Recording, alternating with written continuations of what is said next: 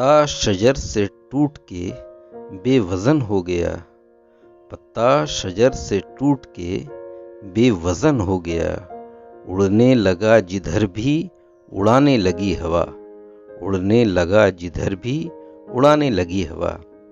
आज की ये छोटी सी कहानी उन तमाम नौजवान लड़के और लड़कियों की सोच की तर्जमानी है, जो ये सोचते हैं कि हमारी तरक्की में हमारे बुज़ुर्ग जो हैं या हमारे हालात जो हैं कहीं ना कहीं एक बहुत बड़ी रुकावट हैं।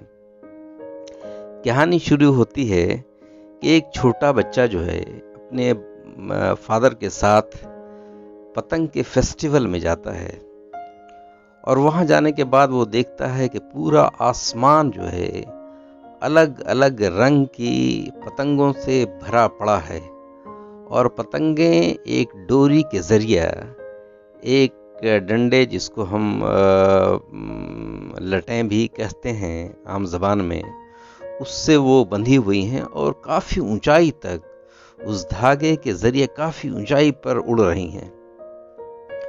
उसे काफ़ी मज़ा आया ये देखकर कि पतंग, पूरा आसमान जो है वो अलग अलग रंग की पतंगों से भरा पड़ा है। उसने अपने फादर से कहा कि फादर, हमें भी एक पतंग खरीदनी है।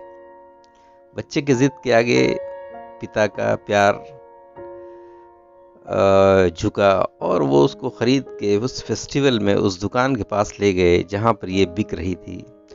उसने भी एक पतंग खरीदी और हवा में उसको उड़ाना शुरू किया। फादर ने उस धागे को उस लकड़ी के चरखे में लपेटा और बच्चे ने जब उड़ाना शुरू किया तो पतंग आसमान की काफ़ी ऊंचाइयों से, चूँकि वो एक धागे के ज़रिए बंधी हुई थी, काफ़ी ऊंचाई पर चली गई।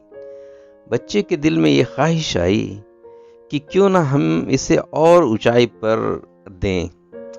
उसने क्या किया कि धागे को काट दिया। उसको लगा कि धागा इसे रोक रहा था। कुछ देर तक तो लगा कि वो पतंग हवा में काफ़ी ऊंचाई पर जा रही है, लेकिन अगले ही पल वो पतंग अब धीरे धीरे करते हुए वो नीचे गिरने लगी और किसी मकान के छत पर, दूर किसी मकान के छत पर वो पतंग एक बिल्कुल बेवजन की तरह से जाकर गिर गई।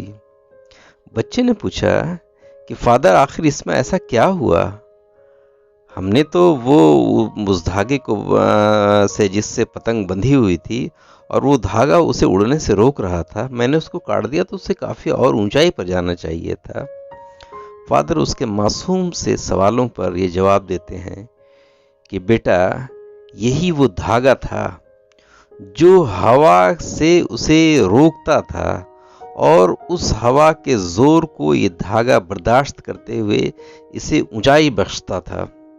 और जब भी हवा का दबाव कम होता था, तुम हाथ के जरिया एक झटका देकर पतंग को और ऊंचाई पर पहुंचाते थे, लेकिन तुमने पतंग को जिस डोर से बंधी थी, तुमने उस डोर को ही काट दिया। इसलिए वो अब बिल्कुल तुम्हारे कंट्रोल से बाहर हो गई। अब उसे वो जो डोर थी और हवा के बीच का जो ताल्लुका था, जो काफ़ी ऊंचाई पर उसे भेज रहा था, वो ख़त्म हो गया। मेरे प्यारे बेटे, ज़िंदगी भी बिल्कुल हवा के इस पतंग की तरह से है। अगर तुम्हें दुनिया में कामयाबी चाहिए, आगे बढ़ना है, तो अपने जिस रस्सी से तुम बंधे हो, जिस ताल्लुकात से तुम बंधे हो, ऐसा ना सोचना कि ये सब हमारे कामयाबी के राह में रोड़े हैं। बेटा, यही वो चीज़ है जो तुम्हें काफ़ी ऊंचाई तक ले जाती है। जो लोग ये सोचते हैं कि माँ बाप और हमारे हालात हमें तरक्की से रोकते हैं, उनकी बिल्कुल गलत फहमी है।